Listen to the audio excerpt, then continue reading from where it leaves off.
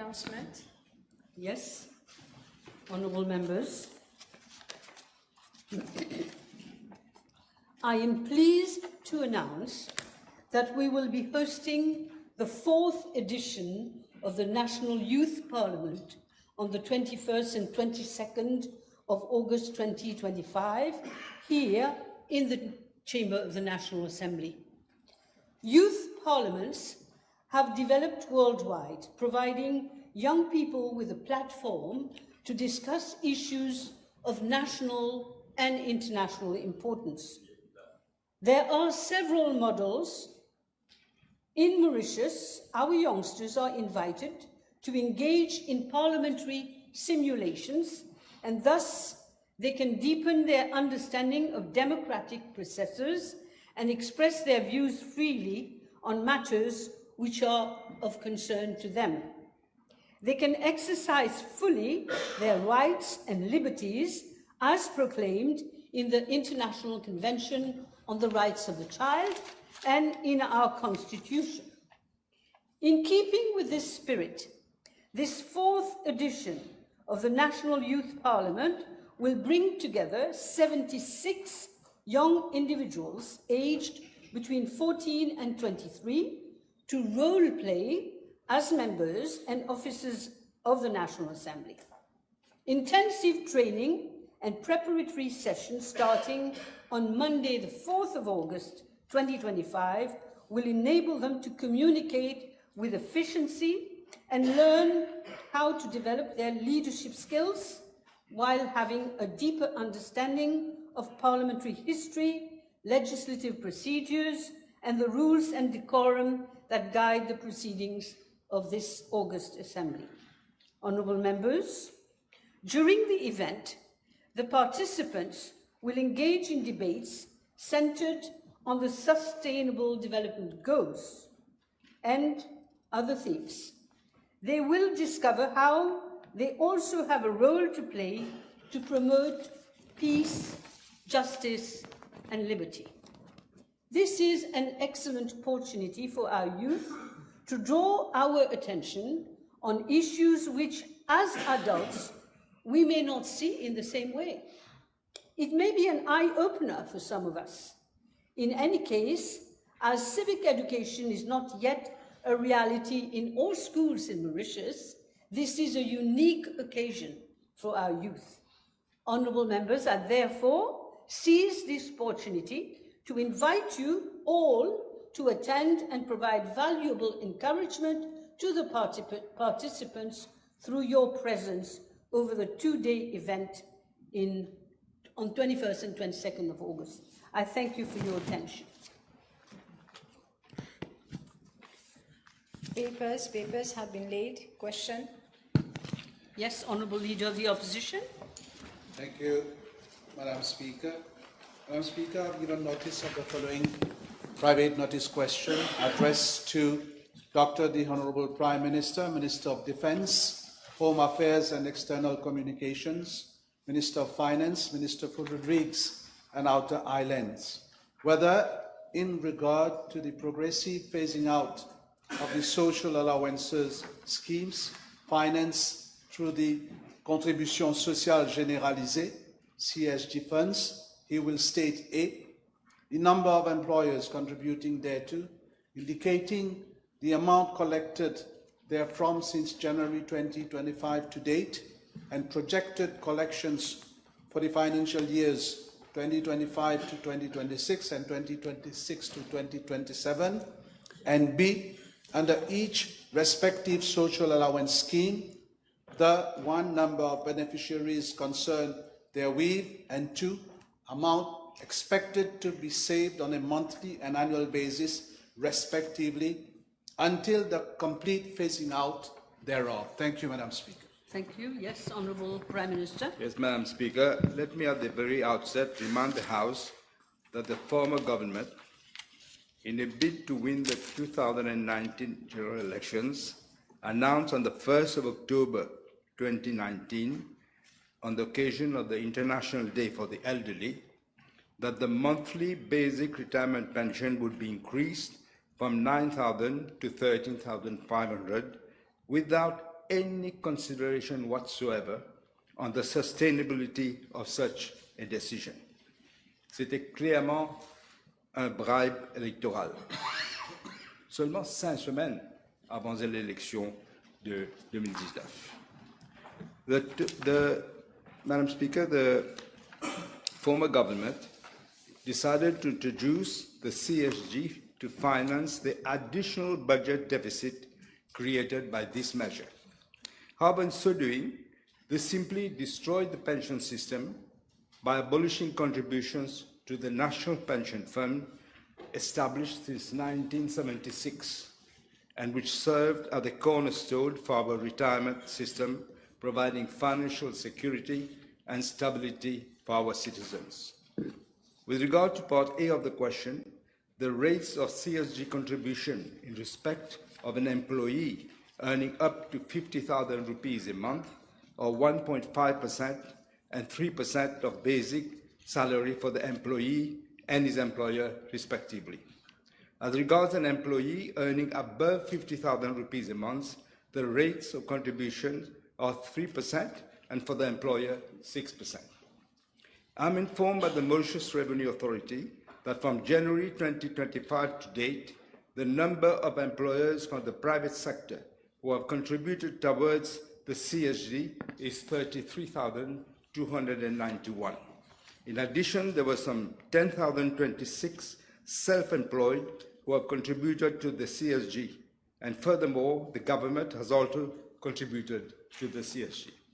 The total amount of the CSG collected from employers during the period January 2025 to date amounts to 5.1 billion rupees, of which 4 billion is from the private sector and 1.1 billion from the public sector. The total amount of CSG collected from employees in the private and public sectors amounts to therefore 2.6 billion rupees. As regards self-employed, they have contributed a total of 123 million rupees during the period January 2025 to date. The projected CSG collection from employers for financial year 2025-2026 is 9.6 billion rupees, and for financial year 2026-2027, it is 10.9 billion rupees. The total amount of CSG collection, that is including employers, employees, and self-employed, is projected to be 14.7 billion rupees in financial year 2025-2026 and 16.7 billion rupees in financial year 2026-2027. As regards to Part B of the question, Madam Speaker, the previous government had introduced a number of schemes under the Social Contribution and Social Benefits Act instead of paying the increase in the pension. First, the CSG income allowance was introduced from July 2022. Second, the CSG child allowance was introduced as from July 2023. Third, the independence allowance was introduced as from July 2023. Fourth, the CSG school allowance was introduced as from July 2024. Fifth, the pregnancy care allowance was introduced as from July 2024. Sixth, the maternity allowance was introduced again from July 2024. Seventh, the revenue minimum guarantee was introduced in July 2024. And eighth, the equal chance allowance was introduced in July 2024. With regard to Part B1 of the question, I'm informed by the MRA that the number of beneficiaries under each scheme since January 2025 to date is as follows. 1, 349,168 under the CSG income allowance, 38,783 under the CSG child allowance, 6,780 under the independence allowance, 84,478 under the CSG school allowance, 3,909 under the pregnancy care allowance, 11,117 under the maternity allowance, 58,562 under the revenue minimum guarantee, and 610,117 under the Equal Chance Allowance. Madam Speaker, all these allowances, except for the independence allowance, were planned to end abruptly in June 2025 by the previous government. I'm also informed by the MRA that for the period January 2025 to date, a total amount of 7.6 billion rupees have been disbursed from all these schemes. In addition, Madam Speaker, government is paying the CSG retirement benefits, the industrial injury benefit, and the disability allowance. During the period January 2025 to date, a total of 2.1 billion rupees has been disbursed for these expenditures. The previous government must have known, surely they must have known, that these allowances were not sustainable. Let me quote the former Minister of Finance, who in a reply to a parliamentary question in October 2023, confessed, and I quote, « Il ne reste donc rien par rapport aux contributions de la CSG », unquote. I would also like to inform the House that for financial year 2024-2025, payments effected under the CSG far exceeded the contributions being collected by some 9.3 billion rupees. Madam Speaker, the compassionate government, we are ensuring that the CSG allowances, instead of ending abruptly, as was planned in June 2025, we have decided to gradually phase it out over the next 2 years. We are also providing that vulnerable individuals and households registered on the social register of Mauritius will continue to receive these allowances in full, including the independence allowance. Furthermore, we also provided that the payment of the disability allowance to persons over 60 years who are now not eligible for basic retirement pension but will qualify under the income support criteria.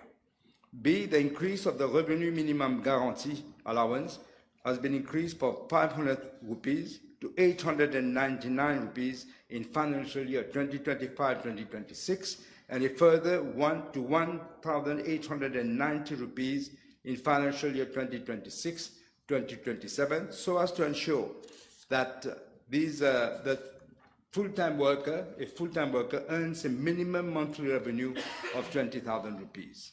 And C, we are maintaining the equal chance allowance of 2,000 rupees per month for households earning less than 20,000 rupees monthly.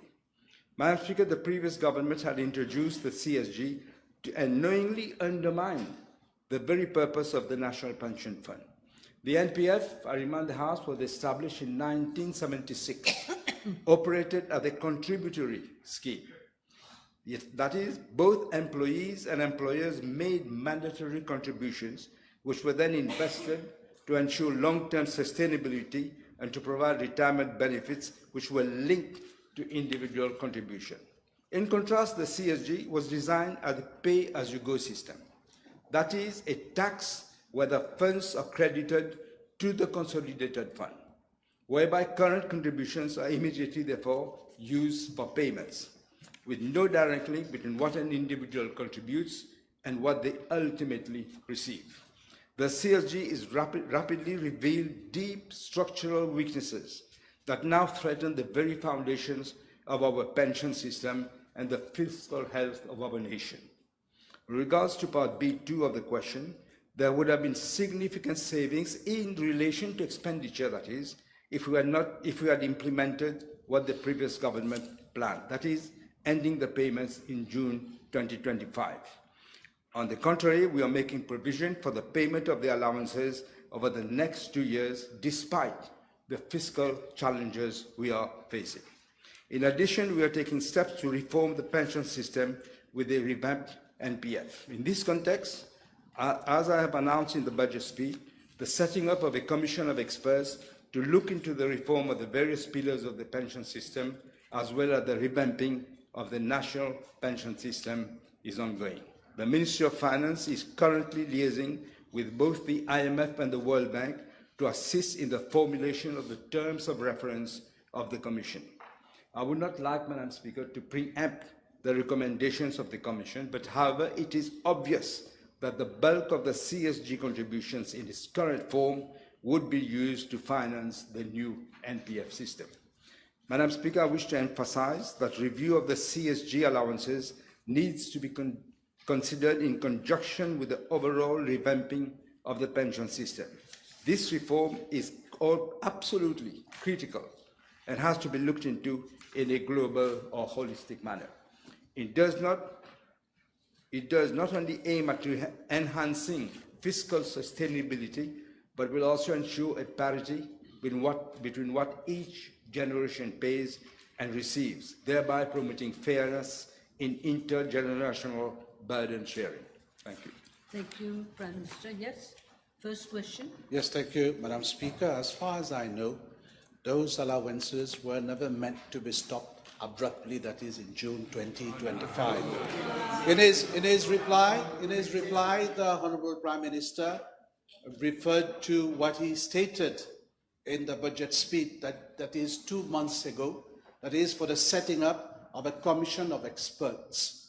Already 2 months have elapsed. Can we know from the Honourable Prime Minister when that commission will be set up? Yes, Prime Minister. First of all, let me remind the Honourable Leader of the Opposition that he himself voted for that abrupt stopping of the CSG. And it was in the Final Miscellaneous Provisions Act of 2024. It was meant to amend the Social Contribution and Social Benefits Act, and it is said, and he said it also, to stop the payment of these allowances in June 2025. You seem to have forgotten that you voted for it. You didn't realize that you voted for it. As for the Commission on the Pension, I just mentioned that we have already chosen, but we're not naming him officially because we want to name all the members, the person who will preside, and also we are waiting for the terms of reference because you have to be very, very precise on the terms of reference. And the World Bank and the IMF are helping out with this. Thank you. Your second question? Supplementary question? Yes, Madam Speaker, the phasing out of the CSG allowances will no doubt affect the livelihood of many families in this country. Now, during the second reading of the Finance Bill, the Honourable Prime Minister determined the sum of 20,000 rupees as the minimum monthly revenue till the end of the financial year 2026-2027. Can the Honourable Prime Minister confirm to the House whether the salary compensation for those eligible for the revenue minimum guarantee will be absorbed this time by government? And can he also confirm, based on what he said during his intervention on the Finance Bill in the House, that there will be no increase of the minimum monthly revenue till 2027? Obvious, Madam Speaker, that with the mess that they left us, where do you get the money from? Print money from the bank again? From the central bank? No question of doing that. No question of doing that. As for you asked for the compensation, salary compensation, this is a matter for the PRB, and we are looking at it. Because there was no money in the coffers. So how do you distribute money? We do not intend to print money from the bank. For the salary compensation, I meant for the private sector, Madam Speaker. Sorry, I didn't hear the question. For the salary compensation, he meant for the private sector. That's what he just said. So maybe you can reformulate, please, Leader. Question whether this will be absorbed by government, salary compensation or paid for workers of the private sector and the public sector also. The Honourable Leader of the Opposition surely know this is an annual thing that happens. It's annual.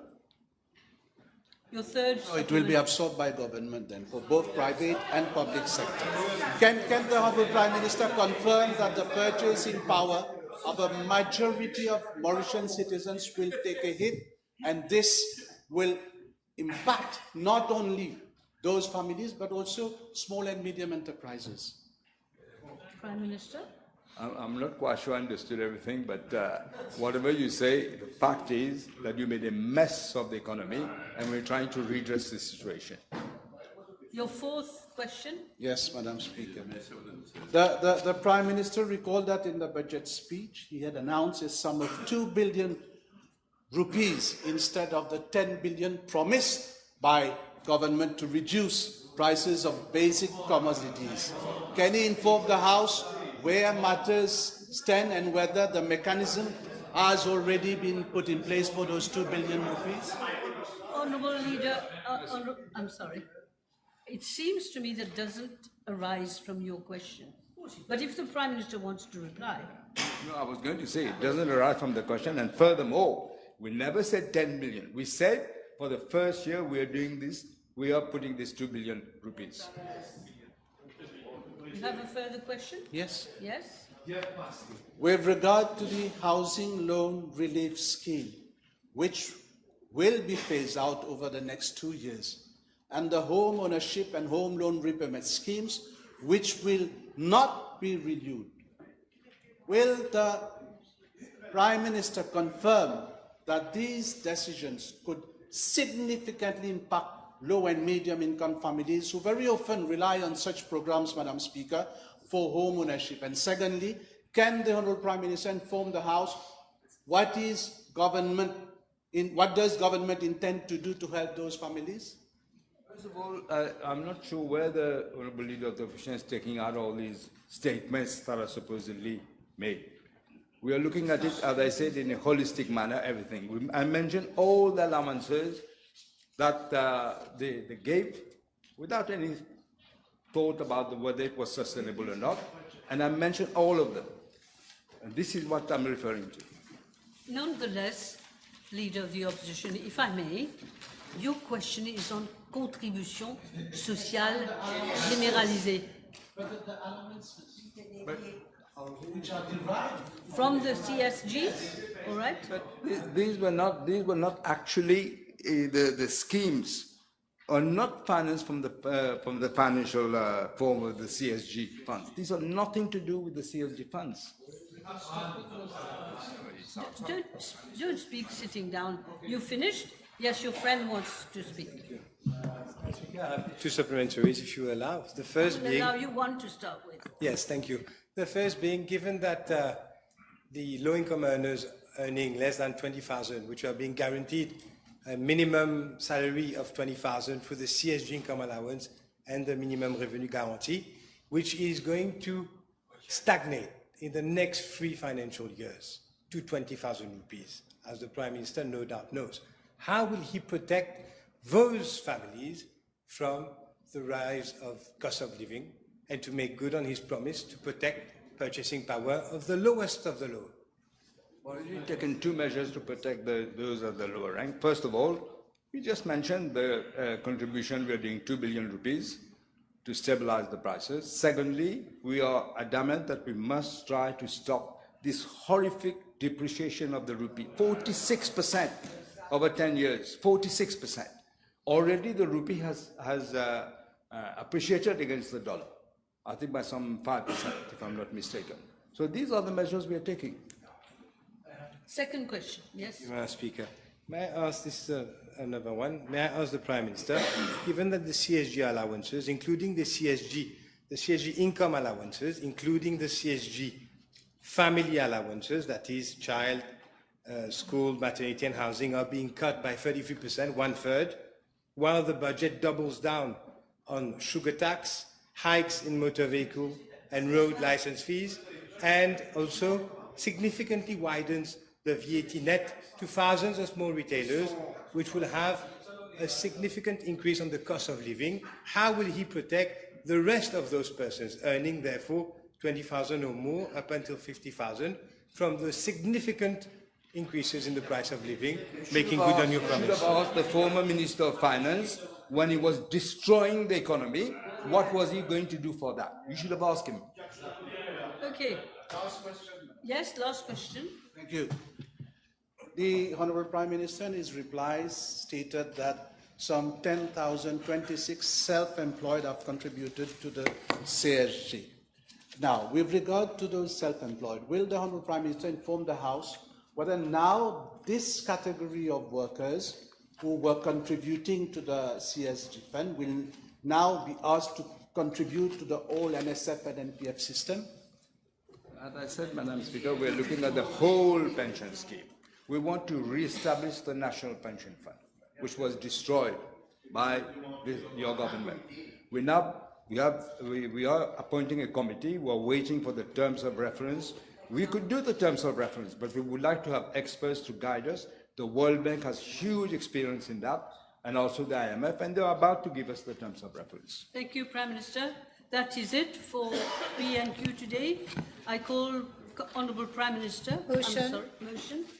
Motion. I went too fast. Motion. Yes, Madam Speaker, I beg to move that all the business in today's order paper be exempted from the provisions of paragraph 2 of Standing Order 10. The question is, it's seconded. DPM, yes? I'm sorry, I didn't see. The question is that all the business on today's order paper be exempted from the provisions of paragraph 2 of Standing Order 10. Those in favour say aye. Aye. Those against say no. The ayes have it. Statements by ministers non-public bills, second reading. Yes, Honourable Minister of Agro-Industry, Food Security, Blue Economy and Fisheries. Thank you very much, Madam Speaker.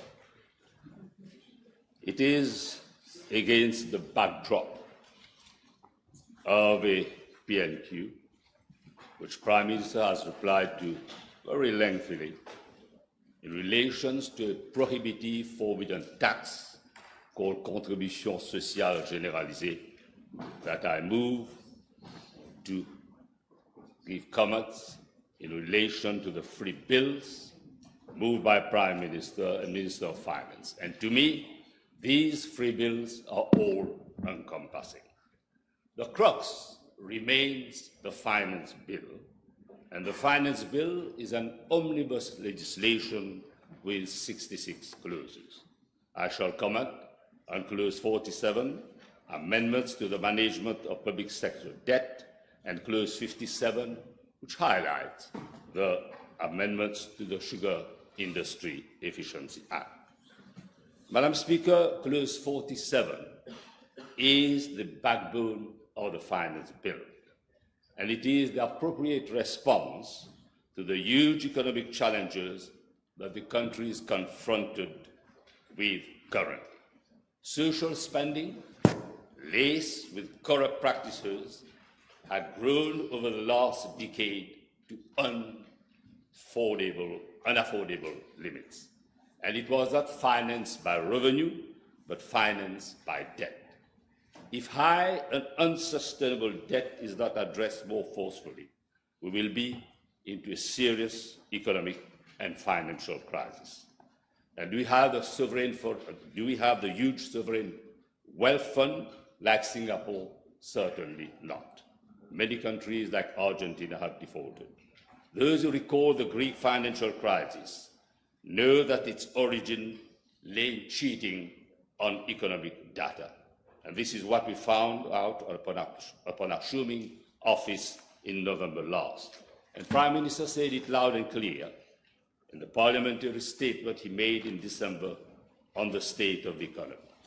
And we know that GDP figures were grossly overstated, budget revenue were inflated, and public debt heavily underestimated.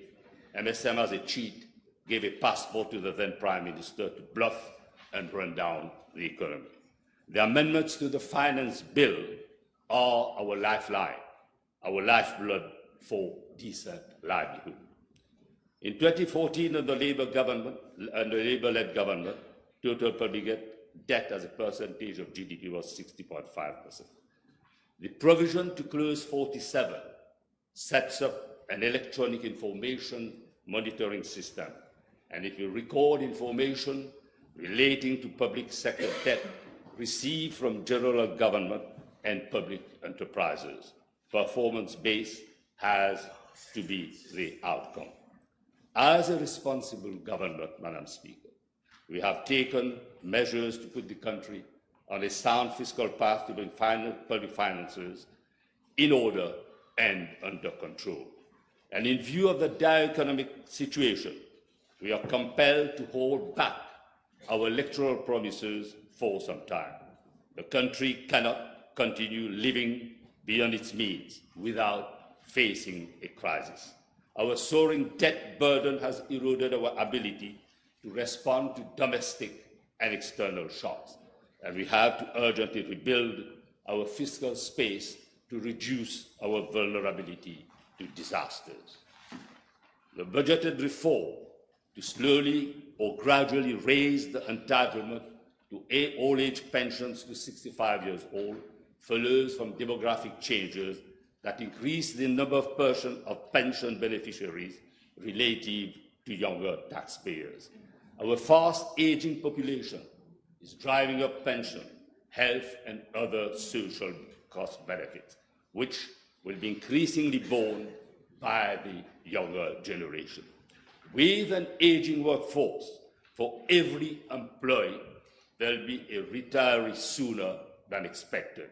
As a responsible government, we cannot hijack the future of our children and grandchildren. We are a notch above just status. Is it the legacy that we want to bequeath? Either we take corrective fiscal measures and create tax buoyancy for investment in productive sectors, or go downhill with outflow from global business. The finance bill means redress and road to recovery. Instead of loading the country with even more debt, we have instead chosen to raise higher tax revenue upon companies with annual turnover of 24 billion rupees or more, and those who have broad shoulders to curb government indebtedness. The fair share tax contribution is unavoidable to narrow the budget deficit. A significant part of the tax increase is temporary for a short period of 3 years, Madam Speaker. Putting innovation at the center of a growth strategy to enhance overall productivity is unavoidable. As a government, we have to be highly competent and effective in the delivery of public services and in the design and execution of public investment. We have not refrained from making hard choices. The country's future is at stake. We have to ride the waves with innovative changes. Under our leadership, brain drain will become brain gain. Madam Speaker, let me refer to Clause 57 of the Finance Bill, which amends the Sugar Industry Efficiency Act. The corporate sector in the sugarcane industry has long benefited from comparative advantages under the law, and they have no statutory obligation to provide land equivalents when land is converted for meaningful economic activities beyond agriculture. However, they do have a moral and legitimate obligation to meet government's objectives under the 12th Schedule, Part 3 of the SI Act, namely, to plough back at least 50% of the proceeds from land conversion into sugar production at either field or factory level, or into diversification within the sugar sector. We need bagasse, we need biomass. Over the last 10 years, there's been a vertiginous fall in renewable energy production to 18% only. As to production of electricity from bagasse, it's a shocking 12% only. B, to fully compensate the loss in agricultural production by generating an equivalent amount of such production for at least one crop cycle of 8 years by putting under sugarcane cultivation of the land. 2, implementing projects relating to water and energy-saving irrigation methods. It has to be a win-win situation for all stakeholders. And I call upon the corporate sector to honour its obligation. Madam Speaker, accordingly, Section 26, 28, and 29 of the Act are being extended to extend land conversions provisions beyond early retirement scheme, voluntary retirement scheme, and to also include early termination of contract of employment scheme. But where there are rights, there are obligations, Madam Speaker. This is not merely a legal adjustment. It is a matter of justice, and the corporate sector must live up to its responsibility towards those employees who opt to retire under early retirement scheme or voluntary retirement scheme or early termination of contract of employment scheme. I had a meeting with representatives of workers on the 27th of July, and I gave them firm assurances that the rights of workers will be respected and obligations of the corporate sector or big planters, their obligations have to be honored. They were taken for a long ride, far too long, by the previous regime. For recall, Madam Speaker, the case of Bel Air Agriculture Limited in 2029 on the eve of the National Board. The employment was terminated under the circumstances which fell short of the exit provisions of the law. 13 of these employees remain in limbo to this date without compensation, without the compensation they rightfully and lawfully deserve.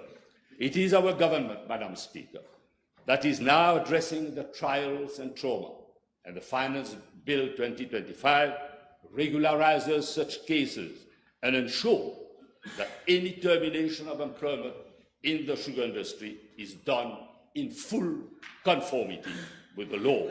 Under the new provisions, the authorization of the ministry will be mandatory, with the Mauritius Cane Industry Authority providing a faithful report.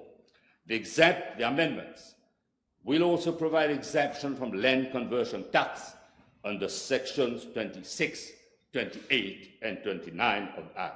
This will enable sugarcane companies to recover the costs incurred under the early termination of contract of employment scheme and thus meet their obligation towards affected employees.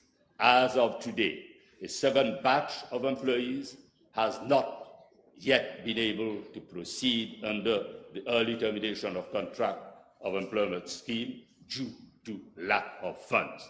And this measure will empower the concerned company to raise the necessary fund, thereby allowing those employers to finally receive the rightful compensation.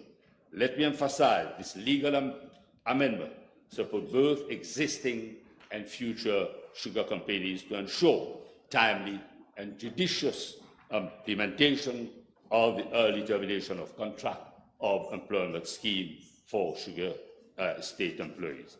Amendment to the fourth schedule of the Sugar Industry Efficiency Act. Madam Speaker, further amendments are being proposed to the fourth schedule of the Act by adding a 13th institution, namely the Rosebel Sugar State Board. And what is the rationale of the amendment, Madam Speaker?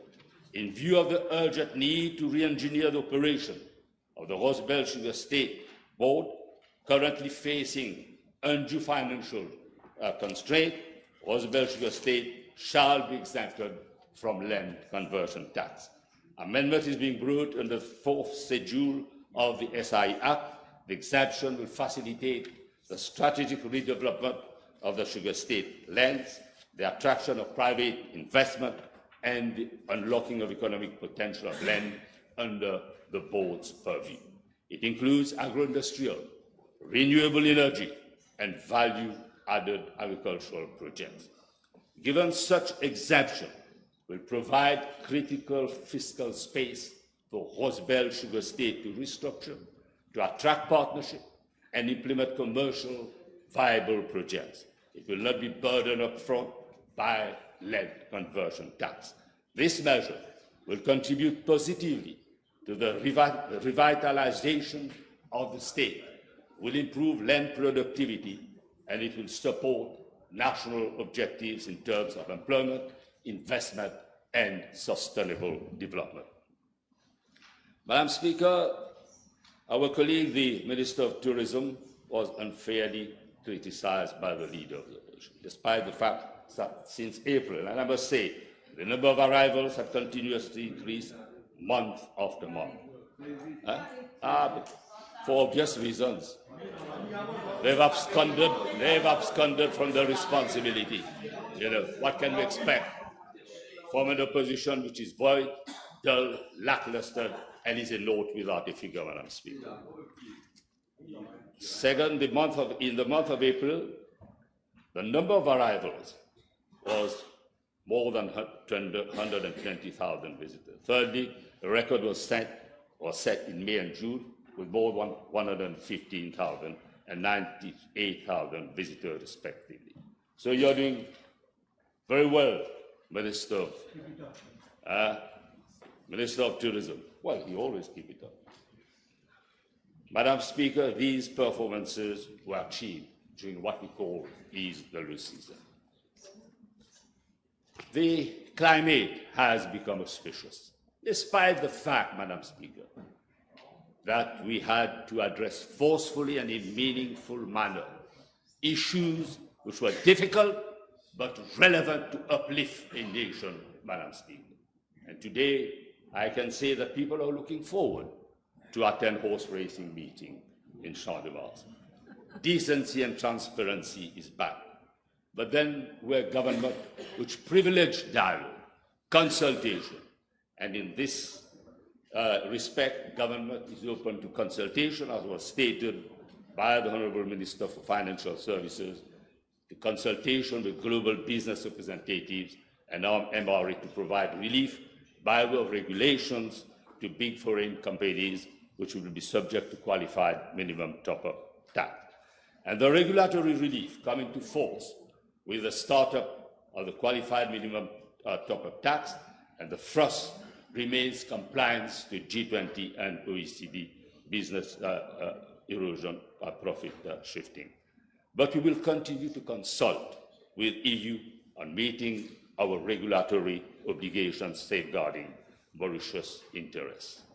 Our interests are our rights and the privileges of those who are given the opportunities to work in a sector which is constantly growing, where, Madam Speaker, there is brain power. And this is a sector which opens opportunities for many young people. But it's good to recall, under the previous regime, Mauritius was on the grey list established by the European Union.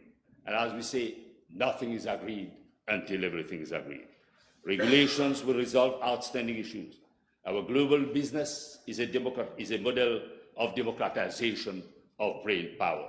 And management of public debt and level playing field are important to consolidate the sector.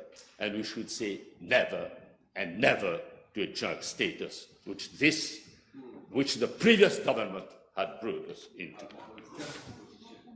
Madam Speaker, let me end by saying through these bold amendments, our government is not only addressing the legacy of past injustices, but also securing the sustainability and resilience of our sugar industry and related institutions. The key word remains redress, and we shall redress to give a better livelihood to a nation which is constantly on the march. Thank you very much. Thank you. Honourable Deputy Prime Minister, floor is yours. Merci, Madame Speaker. Madame Speaker, je ne vais bien sûr pas répéter en longueur ce qui a été dit dans le cadre des débats sur le budget. Je me concentrerai sur les changements, ou plutôt les ajustements que nous avons faits dans le Finance Bill par rapport au discours du budget. Néanmoins, qu'il me soit permis de dire que le but prioritaire en ce moment, avec le budget et maintenant le Finance Bill, le but prioritaire reste la réduction de la dette et du déficit budgétaire, tout en trahissant dans les faits autant de justice sociale que possible, et ensuite d'engager le début de la réforme de tout notre modèle économique. Madame la Speaker, nous avons fait le maximum pour les plus vulnérables de notre société. C'est pourquoi nous avons introduit un income support de 10 000 roupies par personne pour ceux qui ont un revenu de moins de 10 000 roupies par mois, par individu. Et cela nous coûtera je suis sûr que ce sera plus, mais cela nous coûtera quelques 9 milliards de roupies sur une période de 5 ans. nous sommes en train de nommer une commission d'experts pour réformer tout notre système de pension et trouver le moyen de remettre sur pied un National Pension Fund, nouvelle version, nouvelle vague, si on peut dire. Nous allons réformer, c'est déjà engagé, nous allons réformer le Disability Allowance. Et déjà, je me permettrai de faire une référence à quelque chose sur laquelle j'ai travaillé et qui me tient beaucoup à cœur. En attendant cette réforme de notre Disability Allowance en général, ce gouvernement est fier que dans ce Finance Bill, nous amendons la loi sur le Disability Allowance de façon à ce qu'avant, quelqu'un qui bénéficiait du Disability Allowance et qui allait à l'étranger pour des raisons de santé, continuer, même au-delà de 6 mois, de toucher son Disability Allowance. Mais malheureusement, la loi ne prévoyait pas, et c'est admirable que quelqu'un qui bénéficie du Disability Allowance trouve les moyens d'aller étudier à l'étranger. Nous sommes fiers d'avoir introduit dans ce Finance Bill et nous allons voter ça. Et il y a un exemple, tout un modèle, tout un symbole. Et nous une héroïne, une des héroïnes de Maurice, Jane Constance. Vous savez ce qu'on lui a fait? Aveugle. Elle bénéficie du Disability Allowance. Elle va étudier à l'étranger. Parce que la loi le prévoit, après 6 mois, on coupe son Disability Allowance. C'est pas fini. Elle avait un petit compte dans le savings account de la State Commercial Bank. En son absence, alors qu'elle est en train d'étudier là-bas, on vide son savings account. Et pas fini. On lui réclame additionnellement une somme qu'on lui a payée par erreur, en guillemets, étant donné ce que la loi est. Et on la menace de la police, s'il vous plaît. Tout ça par écrit. Ça, c'est la bureaucratie. Mais le gouvernement précédent n'a rien fait pour changer ça. C'est le début d'une réforme de tout notre système de disability allowance. C'est tout un symbole, Madame la Présidente. Mais pour financer tout cela, pour financer l'income support et les autres mesures sociales, et en même temps réduire le déficit budgétaire et la dette, faire tout cela en même temps, c'était pas facile. Ça n'a pas été facile. Et disons-le franchement, nous faisons les riches payer. Nous sommes obligés de faire les riches payer pour faire tout ce qui peut être fait à ce stade pour les plus vulnérables de notre société. C'est pourquoi nous demandons un fair scheme contribution des grosses compagnies, des corporations, des grandes compagnies. C'est dans la loi. 5 milliards de roupies. Nous faisons payer ces quelques 600 personnes une surtaxe, comme dans le cas des grosses compagnies, une surtaxe pour les quelques 600 personnes qui gagnent plus de 12 millions de roupies par an. Cela nous rapportera encore 1 milliard de roupies. Et il y a d'autres mesures. Mais nous sommes obligés, quand on veut réduire la dette, réduire le déficit budgétaire, en même temps, mettre sur pied le Income Support Scheme. Et les autres, nous sommes obligés de taxer les plus riches. C'est temporaire, on l'a bien dit, le Premier ministre l'a dit, c'est temporaire. Le taux de fiscalité est augmenté de façon temporaire pour 2-3 ans. Aussitôt qu'on peut, on reviendra à un taux de fiscalité moins fort, mais qui attire plus, surtout les étrangers, Madame Speaker. Mais ce que nous avons eu à faire, c'est faire tout cela sans casser le ressort du développement économique et faire fuir les investisseurs étrangers. Parce que on aurait pu annoncer faire de grandes projections, on va, avec les investissements étrangers, on va gagner de... Eh ben, si on agit de façon maladroite, il n'y aura pas de développement qui finance tout cela. Donc c'est ça que nous avons eu à faire et que je demande à la population, y compris aux syndicats, de bien comprendre. Nous avons fait le maximum que nous pouvons faire pour les plus vulnérables. Nous faisons les riches payer cela. Mais nous ne pouvons pas faire les riches payer et en même temps casser le ressort du développement économique et des investissements qui nous viennent de l'étranger.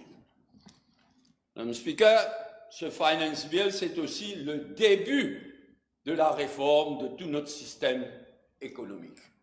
Avec, entre autres choses, un Fiscal Responsibility Act à l'horizon. Cela aussi, le Premier ministre l'avait annoncé dans le discours du budget. Nous confirmons que cela viendra. C'est difficile à préparer, c'est difficile à appliquer, mais un Fiscal Responsibility Act, avec toutes les structures qu'il faut, sera voté dans les mois, les années à venir. Dans le cas de Rodrigue, je ne peux pas m'empêcher de féliciter les deux députés, du même côté, mais des deux côtés. Les deux députés de Rodrigue qui ont parlé. Ça m'épate. Les deux discours étaient des discours formidables. Celui de Francisco François, comme toujours, mais le discours de l'autre député de Rodrigue qui a parlé était lui aussi superbe. C'est ça, le Rodrigue d'aujourd'hui. En fait, qu'est-ce que nous faisons? Nous introduisons le performance-based budgeting. Et je note que les députés des deux côtés, tous ensemble avec le gouvernement, ont exprimé leur accord avec cette introduction. C'est une bonne chose. C'est une chose difficile à appliquer à Maurice même. Donc ce sera difficile à mettre en pratique à Rodrigue. Mais ça introduira plus de discipline, plus de rigueur, plus de planification. Je tiens à dire que l'amendement qui intéresse Rodrigue en particulier n'affaiblit en rien l'autonomie de Rodrigue. Et bien au contraire, c'est l'intention de ce gouvernement de consolider, de renforcer, d'étendre l'autonomie à Rodrigue. Seulement la loi dit, soit l'Assemblée régionale de Rodrigue approuve, soit 2/3 des députés ici doivent approuver. Nous sommes un peu dans une situation paradoxale, parce que l'Assemblée régionale de Rodrigue, ou plutôt l'exécutif, je me corrige, l'exécutif de Rodrigue a approuvé. Mais il sera demandé à l'Assemblée d'approuver, je cherche la date, le 19 août. C'est trop tard, parce qu'il nous faut approuver le budget, y compris cette mesure maintenant. Donc nous sommes obligés, l'Assemblée régionale approuvera plus tard, il y aura des discours là-bas, très bien, comme toujours. Mais nous sommes obligés aujourd'hui de demander à tous les députés, les ministres qui sont au pays, de voter de façon à ce que nous ayons 2/3, comme l'exige la loi, le Rodrigues Regional Assembly Act. Et ce sera, j'espère, d'autant plus facile que les 4 députés de Rodrigue ont exprimé leur soutien pour cet amendement, Madame la Speaker. Ce premier budget, et je prie tous les membres de bien me croire, ce premier budget du nouveau gouvernement a été préparé et adopté dans des conditions très, très difficiles. Un nouveau gouvernement s'installe, de nouveaux advisors s'installent, tout un chambardement qui fait que ce premier budget de notre gouvernement a été préparé, comme je le disais, dans des conditions particulièrement difficiles.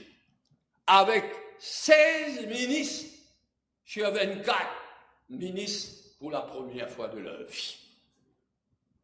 On n'est pas ministre, mais devenir ministre, la première fois qu'on est élu, est un défi supplémentaire.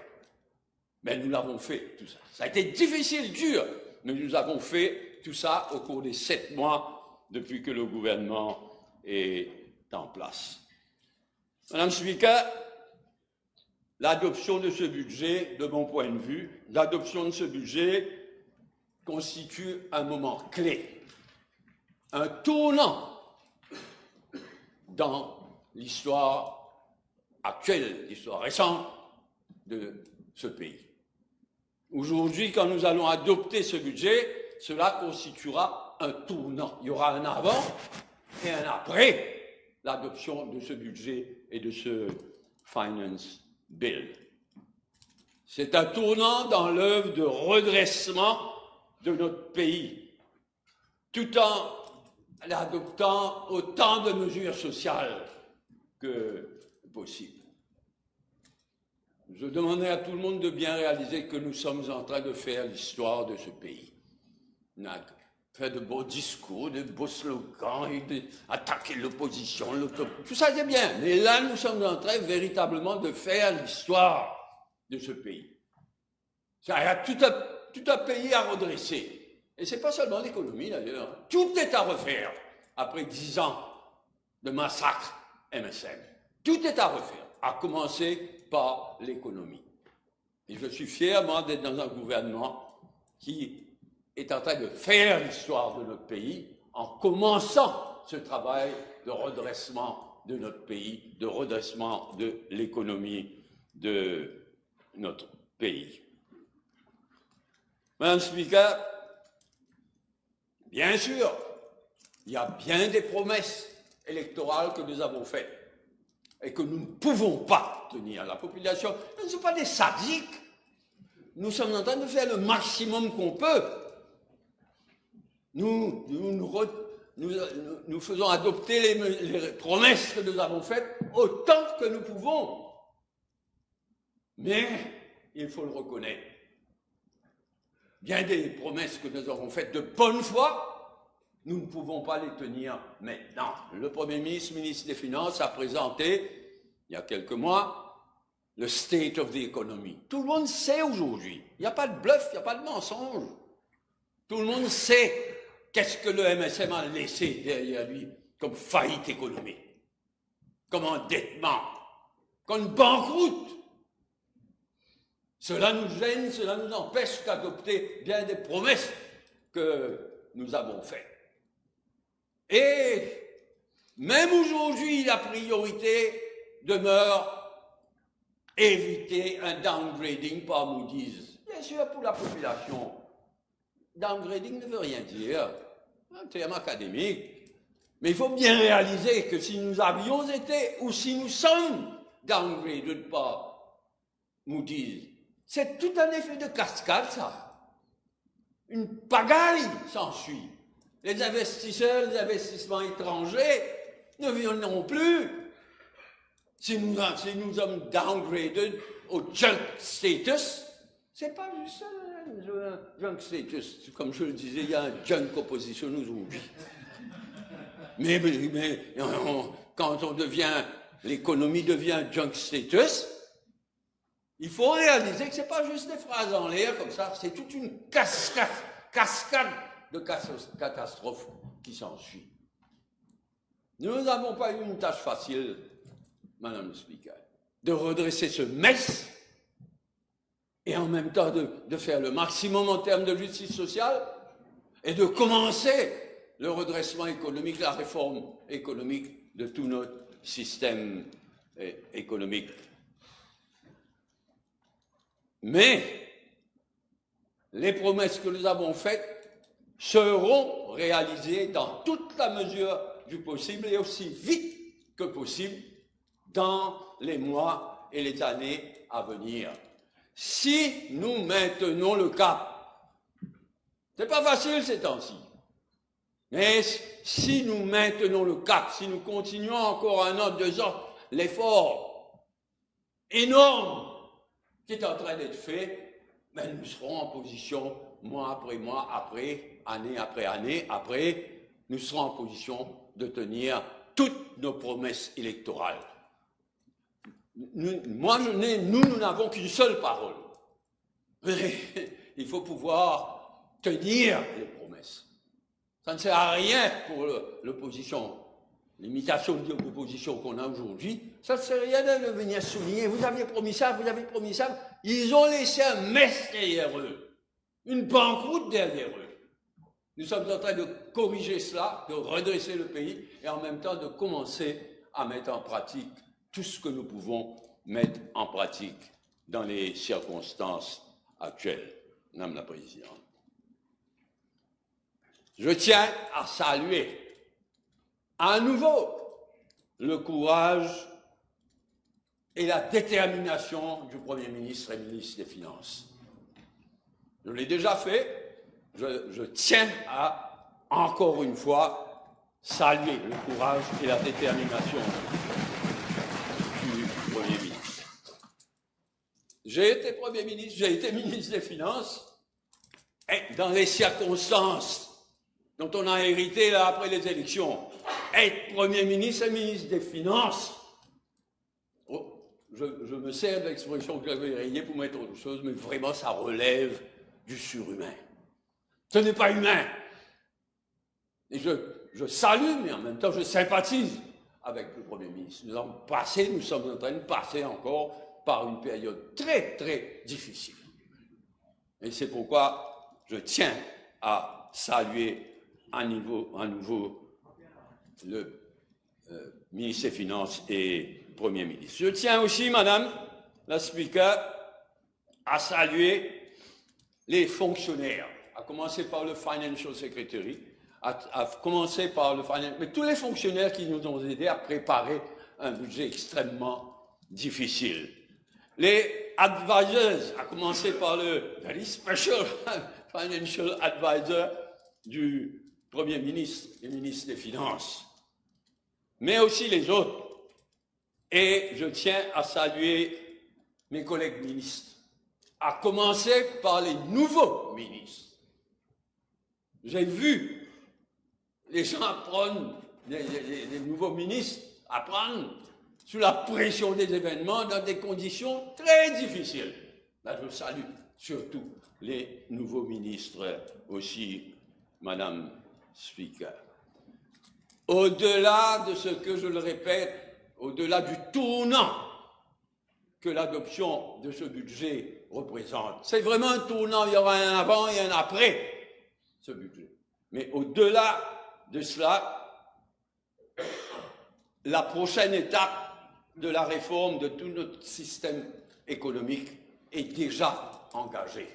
Il y a dans ce budget des mesures et à l'horizon proche des mesures qui vont nous faire évoluer sur cette voie d'un changement en profondeur mais ce changement est déjà engagé. Avec ce budget, avec ce finance bill, avec ce budget, cette réforme est déjà engagée, Madame le Speaker. Mais je le dis, il faudra un effort soutenu. Ça ne sera pas facile, mais il faudra un effort soutenu. Mais cet effort soutenu, nous devons le faire au nom des enfants, des petits-enfants, de l'avenir de ce pays, Madame Speaker. Avec à chaque étape sur cette voie, avec à chaque étape autant de justice sociale que possible.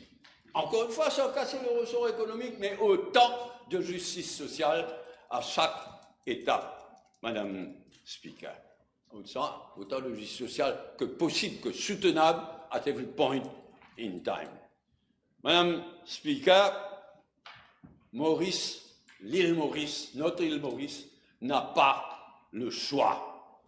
Nous avons un seul pays, nous avons une seule jeunesse, un seul avenir, et nous n'avons pas droit à l'erreur. Merci, Madame Speaker. Yes, thank you, Honourable Prime Minister. Yes, Madam Speaker. First of all, let me thank all the honourable members and the Deputy Prime Minister and all the ministers who have intervened on these three bills.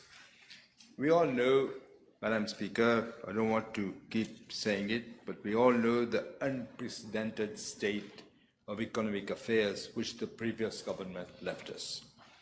How they dilapidated the public funds, public finances of the country, why they deliberately manipulated the economic figures to paint an illusory positive picture of the financial and economic health of our country. Madam Speaker, we could not afford to continue with business as usual and sacrifice the future stability of our nation. Bold actions had to be taken to avert as far as possible the risk of us joining the League of Joint Nations. The Deputy Prime Minister just explained, I also explained in my speech, what happens when you become, you label as a joint state. We don't even have to think about the problems that we would have had. These bills, therefore, mark a pivotal step in our vision to lead Mauritius from abyss to prosperity and secure a thriving, fair, and sustainable future for our people. The journey from recklessness to responsibility has not been an easy one, as the Deputy Prime Minister just said. Implementing structural reforms is inherently challenging. It demands significant time, patience, and courage so that you can deliver lasting change that will benefit the whole society at large. This is the only way to build a prosperous nation where every citizen will have the opportunities to live up or to her aspirations. Il faut, comme a dit le Deputy Prime Minister, redonner à la jeunesse mauricienne le droit à l'espoir et à l'ambition. The path we have proposed is built around three main pillars: economic renewal, a new social order, and fiscal consolidation. The bills give concrete form to measures announced in the budget speech and the annex, as I said, reflecting months of analysis and reflection across the broad spectrum of Mauritian society. The three bills together, Madam Speaker, amend 73 existing laws, providing a comprehensive answer to a difficult and complex context. The challenges are indeed daunting, but let me remind the House, perhaps people don't realize it. The previous government, they amended 96 of existing laws, lumping together laws that had nothing to do with the budget or the finance bill. It's as if an occasion to slip in things. We didn't do this. This is why we bring three bills separately. At the heart of our economic renewal are strategic reforms designed to modernize our industries and make our country future ready. We are charting an innovative development path by ushering in a new investment and export-driven economic model. We are breaking away from what the previous government's flawed and unsustainable consumption-driven approach. We are giving a new momentum to investments in emerging sectors, including the blue economy, renewable energy, AI-enabled industries, and sustainable tourism. All this to promote resilience and high value addition. This budget, Madam Speaker, will fuel our transition to a digital, knowledge-driven economy. It is an undeniable fact that the AI revolution will have a much bigger impact on the world than the Industrial Revolution. Already, I can tell you something that might shock some of you. The new CEO of Mauritius Telecom is planning, using AI, so to have a personal teacher for every student in the country. Would you believe this? He's from Singapore, don't forget. So these are the kind of things that we expect from AI. We do not want to miss out on this historic transformation. We cannot, and we must not be behind on the curve. We must be ahead of the curve. The Finance Bill renews our social pact to reshape our future together as one people and as one nation. We must grow our economy, but with a commitment to inclusiveness and social justice. To take a phrase that just the Deputy Prime Minister just used, sans casser le ressort. Otherwise, no growth, we are back to square one. Growth is meaningless also if not shared. This is why through the Finance Bill we are amending the relevant legislations to provide for, amongst others, the gradual phasing out of the CSG allowances over the next 2 years. I just explained on the PNQ what the consequences would have been. For the increase of the revenue minimum guarantee allowance to ensure that the full-time worker earns a minimum monthly revenue of 20,000 rupees, and also for maintaining the equal chance allowance of 2,000 rupees per month for households earning less than 20,000 rupees monthly. Madam Speaker, we have made the necessary, though difficult and complex, decision to gradually move the age of eligibility of the PRB from 60 to 65. This will ease intergenerational inequity and safeguard the pension system for decades to come. Let me once again remind the House and the population, we have not changed the retirement age. It was 65, it is still 65. As a compassionate government, we have also provided for the payment of a monthly income support of 10,000 rupees to individuals aged 60, 20,000 rupees if it's a couple, and above, who will not qualify for the basic retirement pension subject to eligibility criteria. We are setting up also a fund, 10 billion rupees for the price stabilization fund with an initial 2 billion allocation this fiscal year.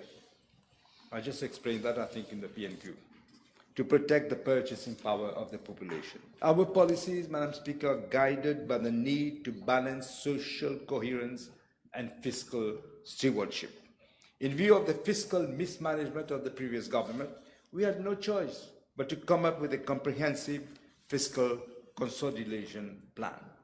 We are restoring prudence and credibility to our public finances with concrete measures aimed at reducing both the budget deficit and the public sector debt.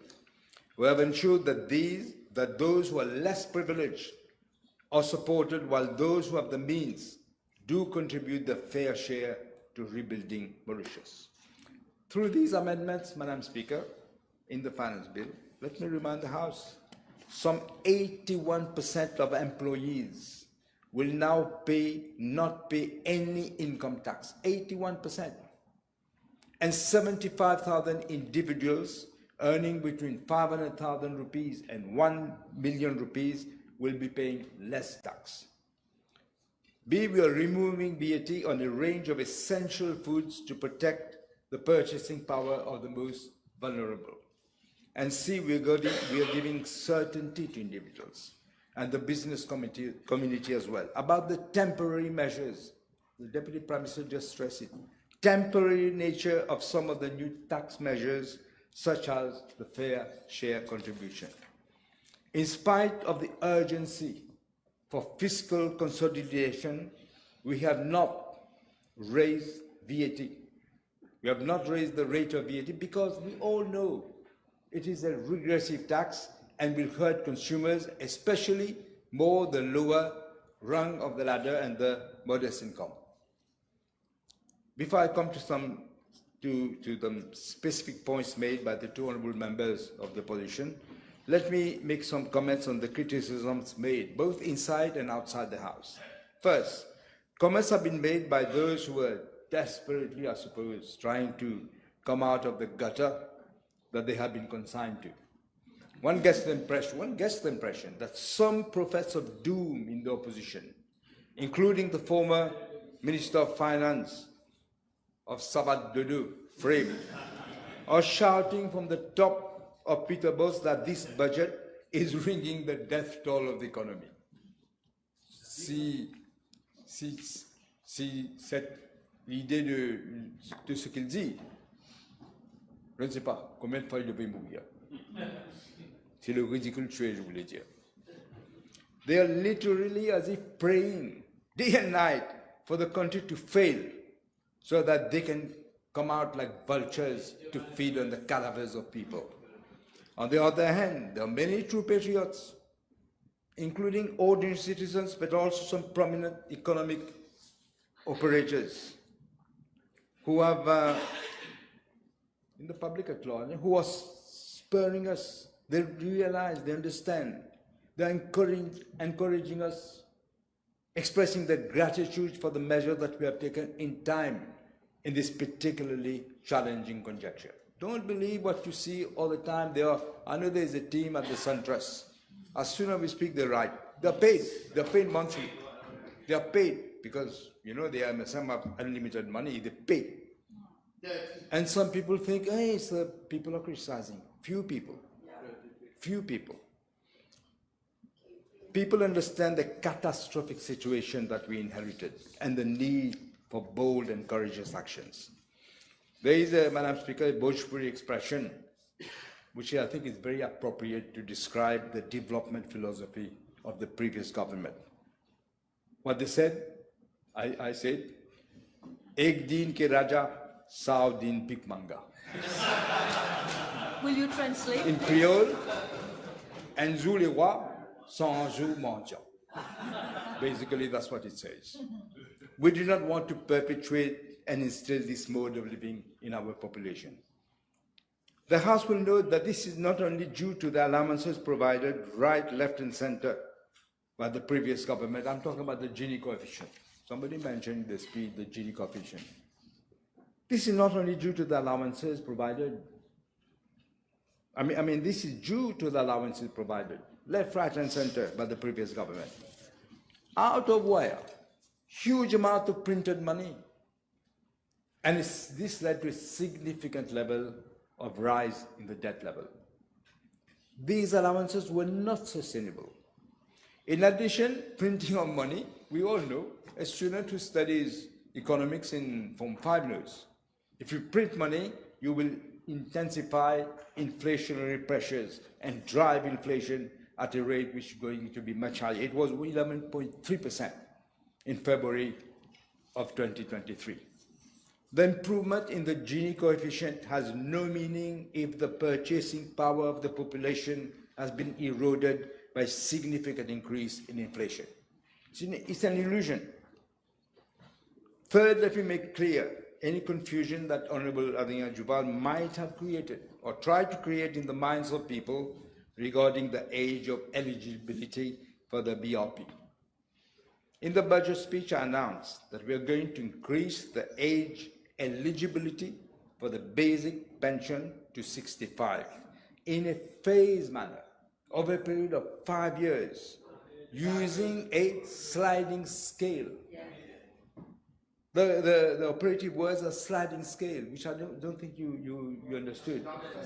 The 5-year transition starts after the 1st of September of this year and ends on the 31st of August 2030. That is, in the first year, let me clarify. Let's first, you don't understand what a sliding scale is. In the first year, as from September, 1st of September 2025 to the 31st of August 2026, the BRP eligibility age is being increased by 1 year. That is, a person reaching 60 will receive BRP as from the 1st of September 2026 at the age of 61. In the second year, that is from 1st of September 2026 to the 31st of August 2027, again the BRP eligibility age is being increased by 2 years, such that a person reaching 60 will receive BRP as from the 1st of September 2028, that is at the age of 62. That is what a sliding scale is. I could go on in the third year, from September 1st of September 2027 to 31st of August 2028, the eligibility is being increased by 3 years. In other words, a person reaching 60 years during that period will receive BRP as from the 1st of September 2030 at the age of 63. It's not that we're cutting the pension for 60 years and you will only get at 65. It's a sliding scale. I could go on for the 4th year, for the 5th year. And until it will be increased again, so that by the time, by 5 years, the person reaching 60 will, on the 1st of September 2034, at the age of 65. That is what a sliding scale is. This completes the 5-year sliding scale increase in the age of eligibility.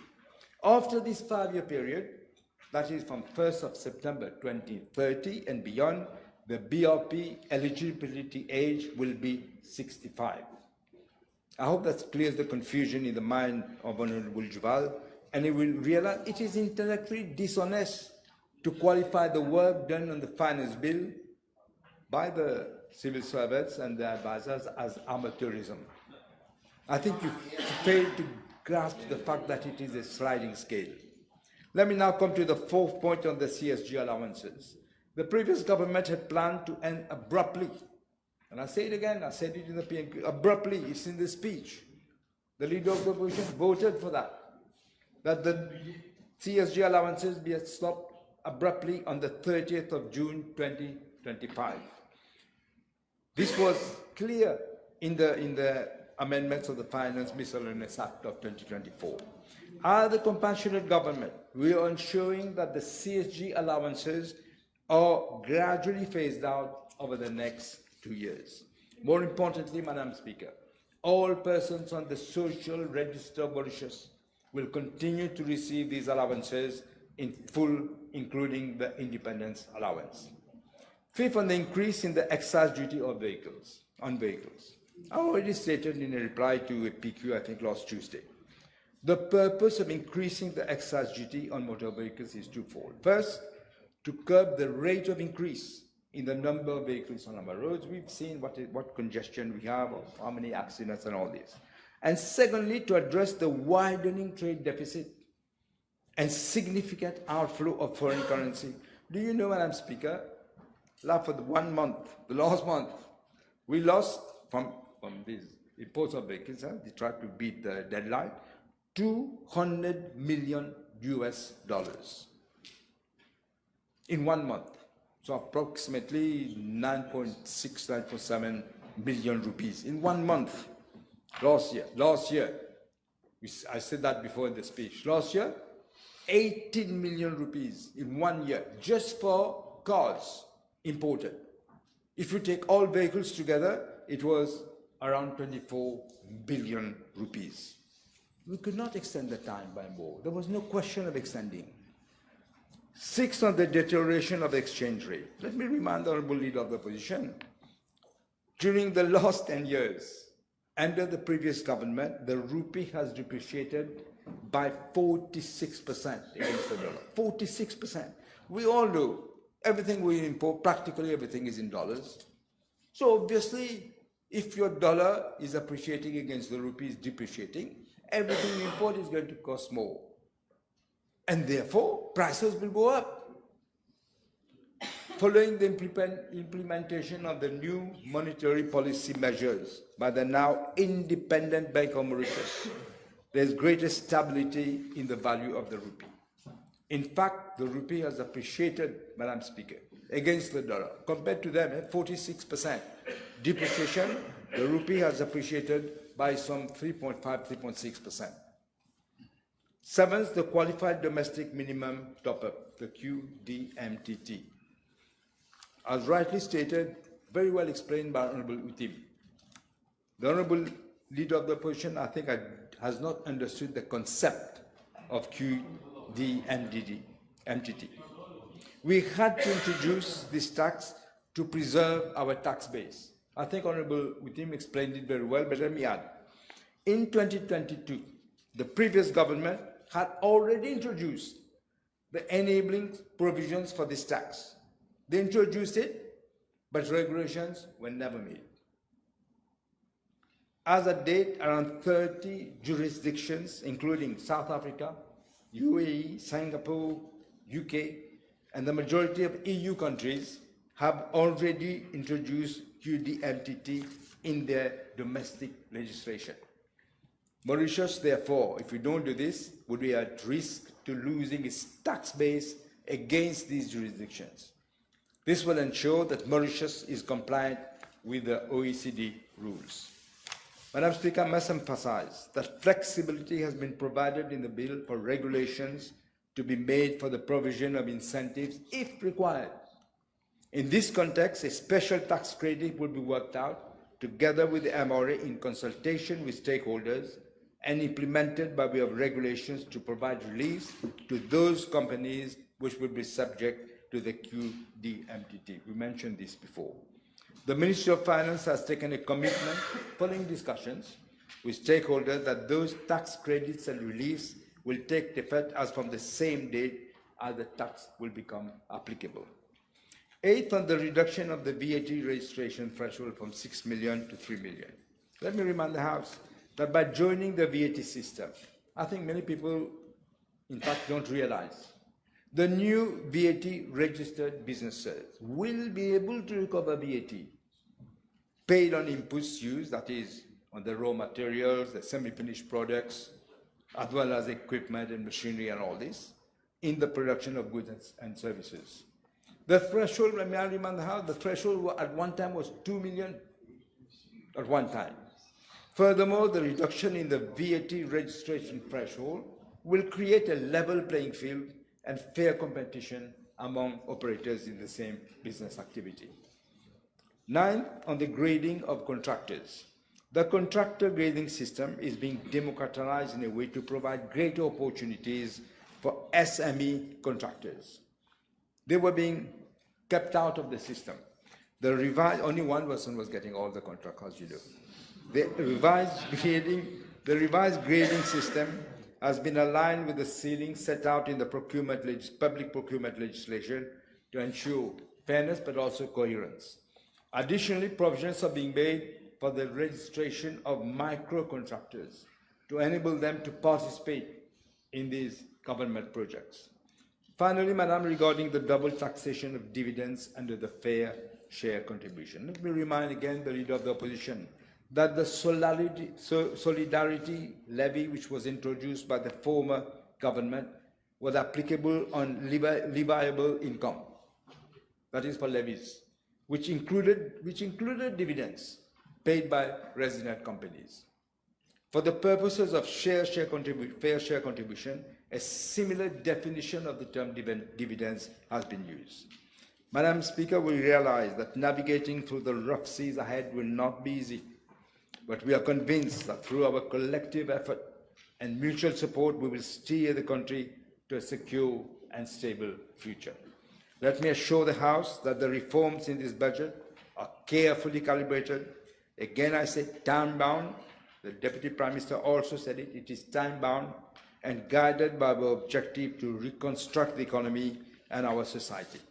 In this context, Madam Speaker, it's good that I quote Moody's, which has brought out a small report. They will have a full report, which is, I think, next week. And look what they say this morning from Moody's. Delays, and I quote, delays in fiscal consolidation that lead to persistently large fiscal deficits, causing debt to stabilize at a high level, would be likely to result in a rating downgrade. They said this. They had said it before, and they're saying it black and white. End of quote. According to Moody's, if Mauritius implements a comprehensive fiscal consolidation package that offers the prospect of reversing the rise in government debt, the outlook could be classified as stable. As we achieve fiscal stability and economic recovery, we will pursue a light tax policy.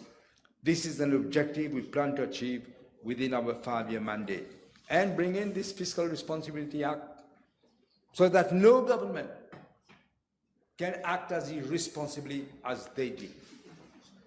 Through these bills, Madam Speaker, we are acting with empathy and we're also acting with a clear sense of responsibility. As we ask every Mauritian to contribute to the national efforts to save Mauritius from the abyss, we will also ensure that every Mauritian will share in the recovery and the benefit of growth. We hope will touch all the people of Mauritius, not just a few. Let us therefore embrace the reforms, not as a burden, but as a foundation. Let us together rebuild Mauritius' bridge to the future, strong and united. Let me end also by thanking the team at the Ministry of Finance, from the FS to the economic advisor to all the other advisors, and also the Secretary of the Cabinet and the staff of my PMO, and also the people from the Solicitor General onwards from the State Law Office. With these words, Madam Speaker, I commend these 3 bills to the House.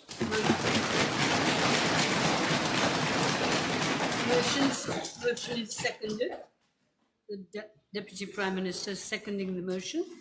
The motion is that the Finance Bill number 18 of 2025, the Rodrigues Regional Assembly Amendment Bill number 19 of 2025, and the Economic and Financial Measures Miscellaneous Provisions Bill number 20 of 2025 be read a second time. Those in favour say aye. Those against say no. The ayes have it. Committee stage.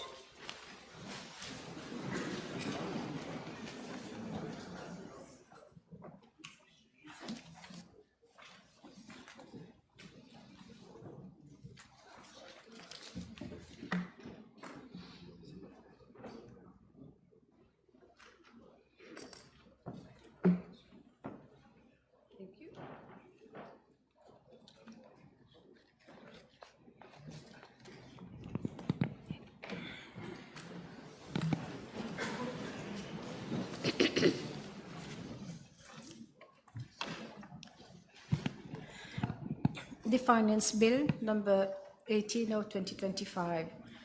Clause 1 short title, Clause 2 Bank of Mauritius Act amended, Clause 3 Banking Act amended, Clause 4 Bills of Exchange Act amended, Clause 5 Companies Act amended, Clause 6 Competition Act amended, Clause 7 Construction Industry Authority Act 2023 amended, Clause 8 Consumer Protection Act amended, Clause 9 Consumer Protection Price and Supplies Control Act amended, Clause 10 Cooperatives Act amended, Clause 11 Customs Act amended, Clause 12 Customs Tariff Act amended.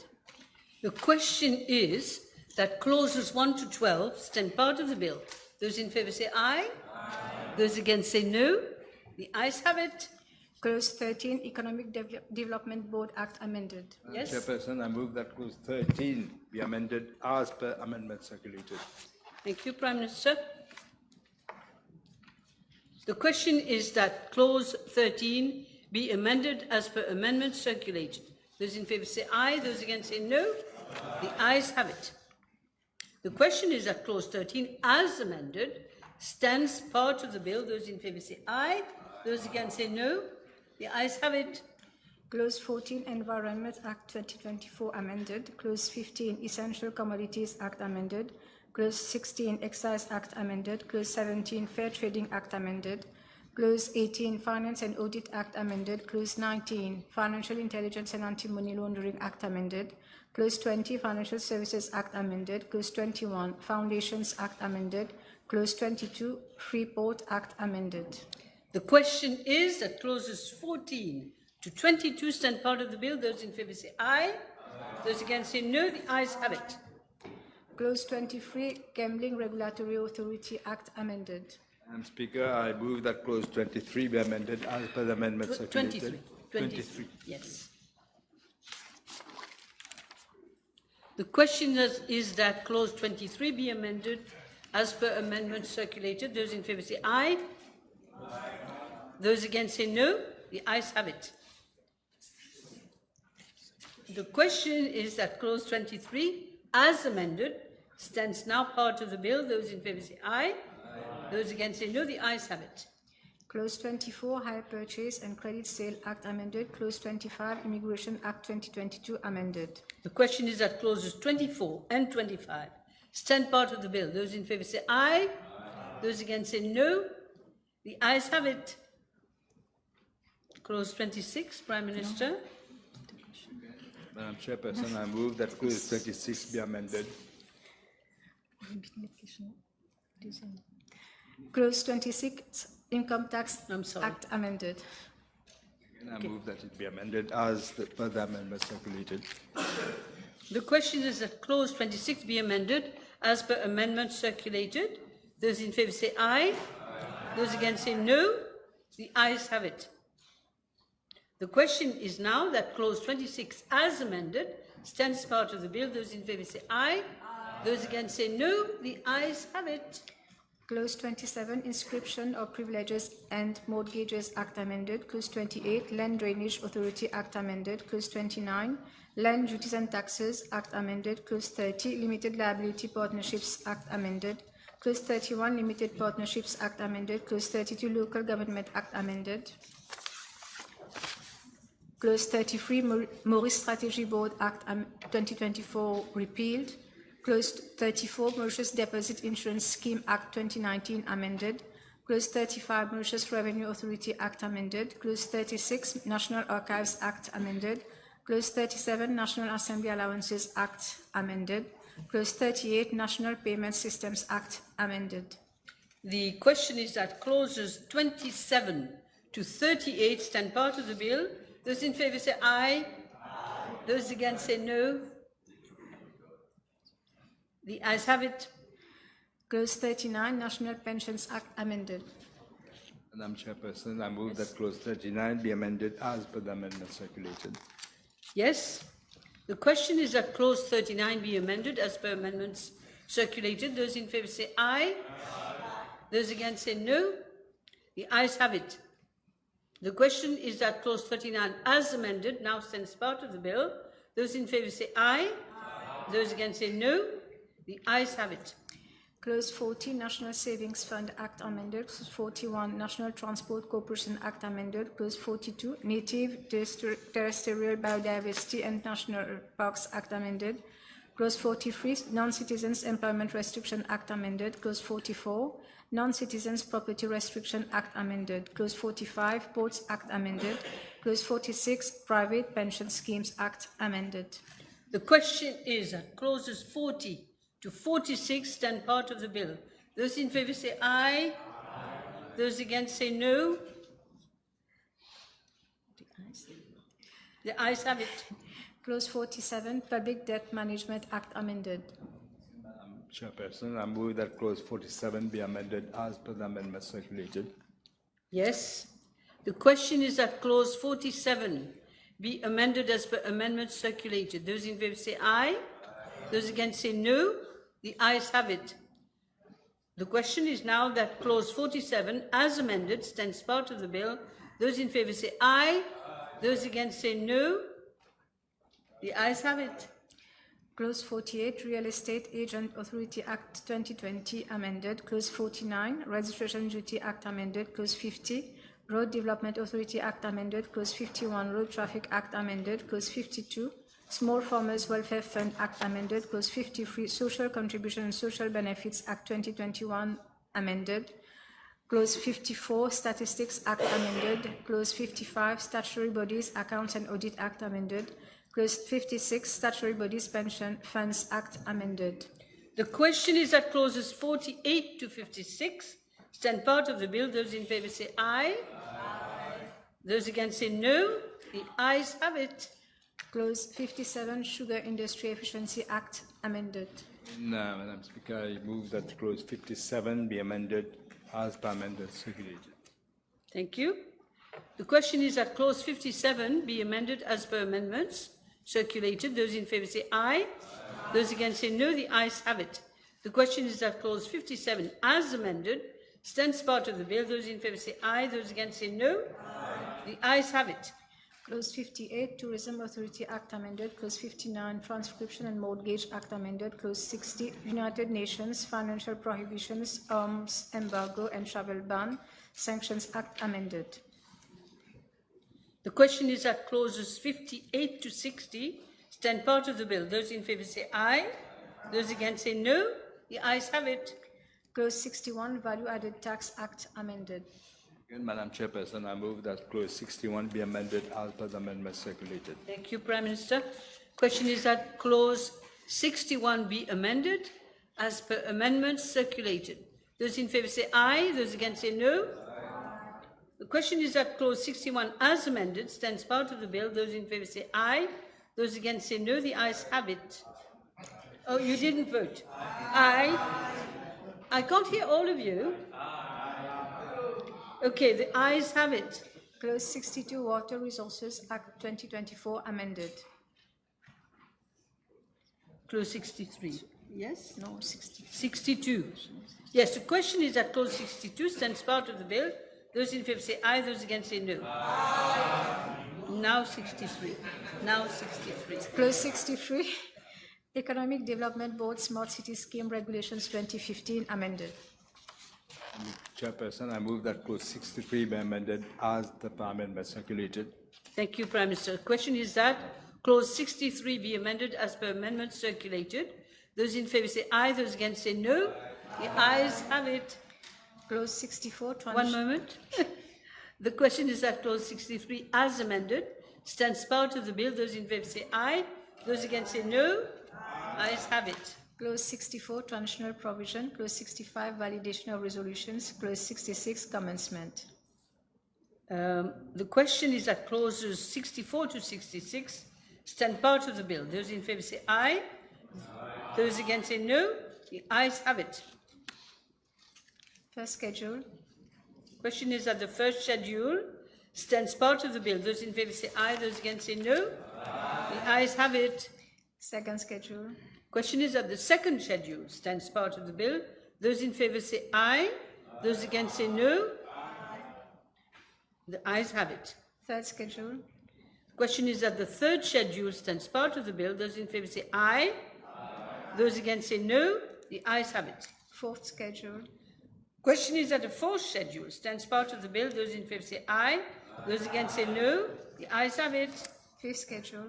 Question is that the fifth schedule stands part of the bill. Those in favour say aye. Those against say no. Aye. The ayes have it. Sixth schedule. Question is that the sixth schedule stands part of the bill. Those in favour say aye. Those against say no. The ayes have it. Seventh schedule. Question is that the seventh schedule stands part of the bill. Those in favour say aye. Those against say no. The ayes have it. Eighth schedule. Question is that the eighth schedule stands part of the bill. Those in favour say aye. Those against say no. The ayes have it. Ninth schedule. The question is that the ninth schedule stands part of the bill. Those in favour say aye. Those against say no. The ayes have it. Tenth schedule. Question is that the 10th schedule stands part of the bill. Those in favour say aye. Those against say no. Wake up. The ayes have it. 11th schedule. And I move that the 11th schedule to be amended as per the amendment circulated. Question is that the 11th schedule be amended as per amendment circulated. Those in favour say aye. Those against say no. The ayes have it. 12th schedule. The question is that the 11th schedule, as amended, stands part of the bill. Those in favour say aye. Those against say no. The ayes have it. It's a bit tedious, but it's very important. 12th schedule. Question is that the 12th schedule stands part of the bill. Those in favour say aye. Those against say no. The ayes have it. 13th schedule. The question is that the 13th schedule stands part of the bill. Those in favour say aye. Those against say no. The ayes have it. 14th schedule. The question is that the 14th schedule stands part of the bill. Those in favour say aye. Those against say no. The ayes have it. 15th schedule. The question is that the 15th schedule stands part of the bill. Those in favour say aye. Those against say no. The ayes have it. Title and enacting clause. Question is that the title and enacting clause stand part of the bill. Those in favour say aye. Those against say no. The ayes have it. The question is that I do report to the House that the financial bill number 18 of 2025 has passed the committee stage with amendments. Those in favour say aye. Aye. Those against say no. The ayes have it. We will proceed with the other two bills. The Rodrigues Regional Assembly Amendment Bill number 19 of 2025. Clause 1, short title, Clause 2, interpretation, Clause 3, Section 2 of Principal Act amended, Clause 4, Section 42 of Principal Act amended, Clause 5, Section 44 of Principal Act amended, Clause 6, Section 45 of Principal Act amended, Clause 7, Section 50 of Principal Act amended. The question is that clauses 1 to 7 stand part of the bill. Those in favour say aye. Aye. Those against? Aye. I was looking at him. Those against say no. The ayes have it. Title and enacting clause. The question is that the title and enacting clause stand part of the bill. Those in favour say aye. Aye. Those against say no. The ayes have it. The question is that I do report to the House that the Rodrigues Regional Assembly Amendment Bill number 19 of 2025 has passed the committee stage without amendment. Those in favour say aye. Aye. Those against say no. The ayes have it. We proceed with the third bill. The Economic and Financial Measures Miscellaneous Provisions Bill. Clause 1, short title, Clause 2, Animal Welfare Act amended, Clause 3, Central Electricity Board Act amended, Clause 4, Central Water Authority Act amended, Clause 5, Declaration of Assets Act amended, Clause 6, Fisheries Act 2023 amended, Clause 7, Food Act 2022 amended, Clause 8, Food and Agricultural Research and Extension Institute Act amended, Clause 9, French-Speaking Union Act 2024 amended, Clause 10, Higher Education Act amended, Clause 11, Workers' Rights Act 2019 amended. The question is that clauses 1 to 11 stand part of the bill. Those in favour say aye. Aye. Those against say no. The ayes have it. Title and enacting clause. The question is that the title and enacting clause stand part of the bill. Those in favour say aye. Aye. Those against say no. The ayes have it.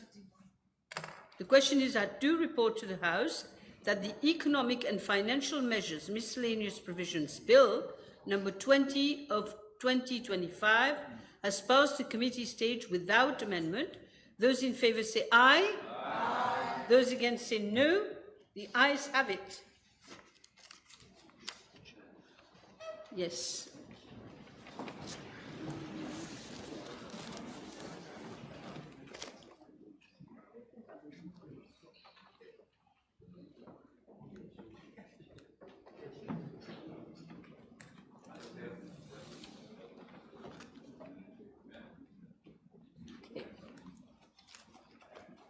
Honourable members, I have to report to the House that the finance bill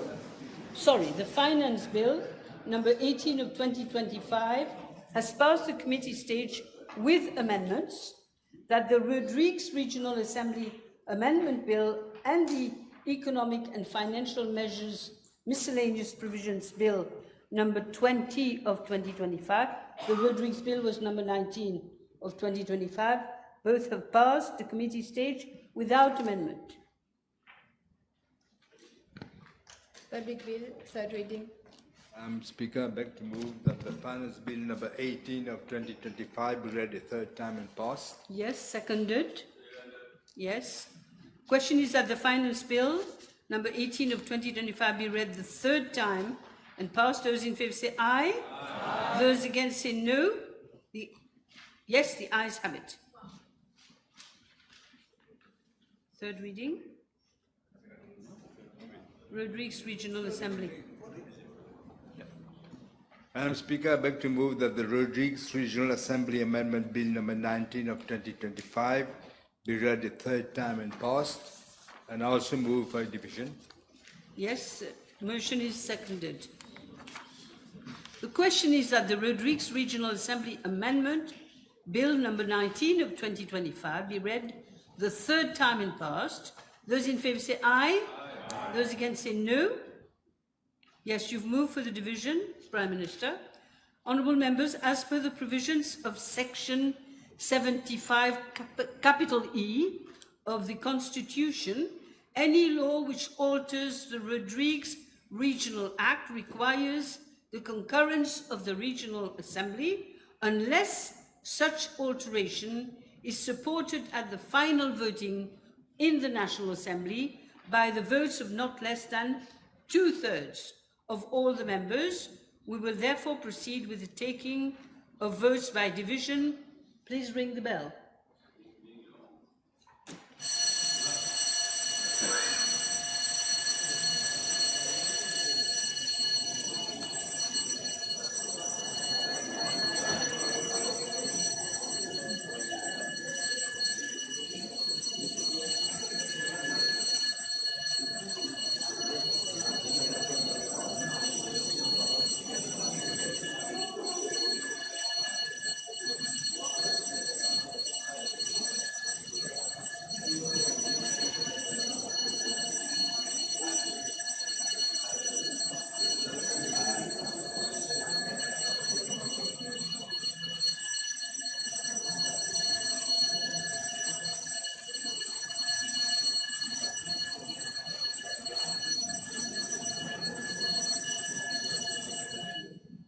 Thank you. Clerk, Yes. will you proceed with the division? Yes. Dr. the Honorable Miss Tanu. Absent. She's absent. Honorable Seaburn. You have to vote. You have to vote. Yes. Aye. Aye. Honorable Mrs. Sarabadi. Aye. Dr. the Honorable Somtali. Aye. Honorable Rukni. Aye. Honorable Ram Kalawan. Aye. Honorable Ramdas. Absent. Honorable Kiran. Dr. the Honorable Prayag. Aye. Honorable Lekiram. Honorable Lebin. Honorable Jagannath. Honorable Jaman. Honorable Mrs. Henriette Manon. Aye. Honorable François. Aye. Honorable Edouaria. Honorable Edouard. Aye. Honorable Miss Doriaou. Honorable Miss Colette. Aye. Honorable Kazem. Aye. Honorable Bijan. Aye. Honorable Bichuk. Aye.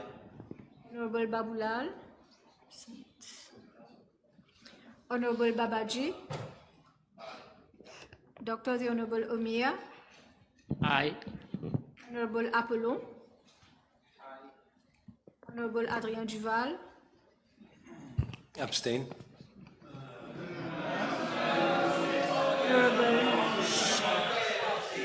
Honorable Venkatasamy. Carry on, please. Aye.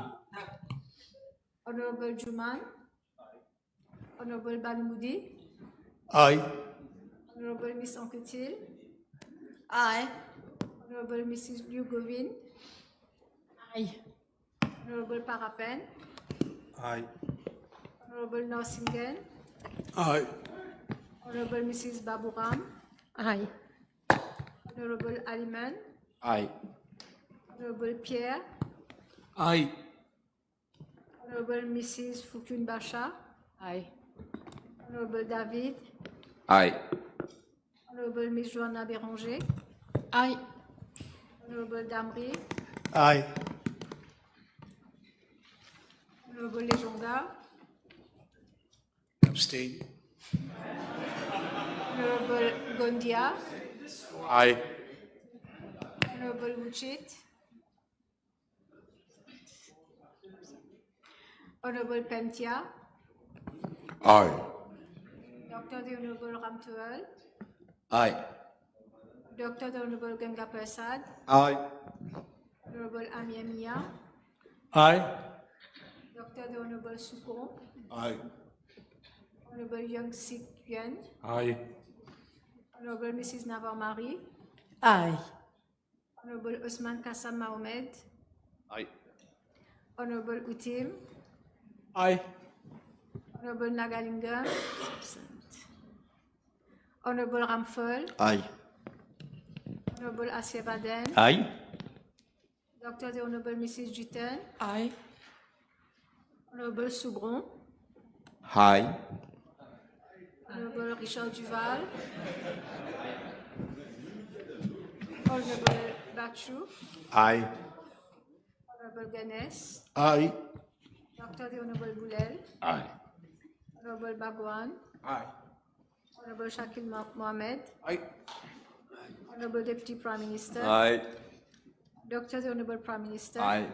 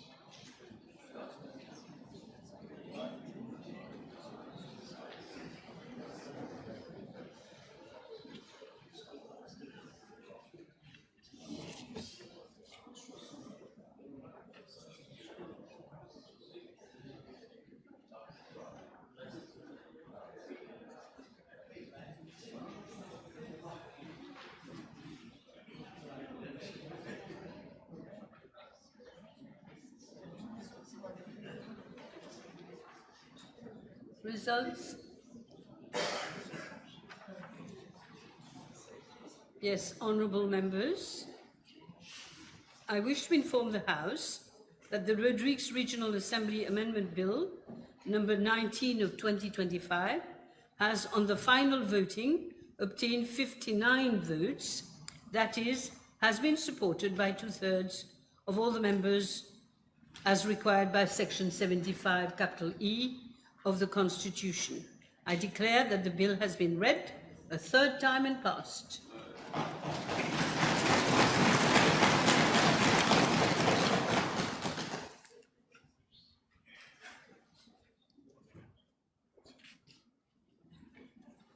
Yes, the Prime Minister? Madam Speaker, I beg to move that the Economic and Financial Measures Miscellaneous Provisions Bill number 20 of 2025 be read a third time and passed.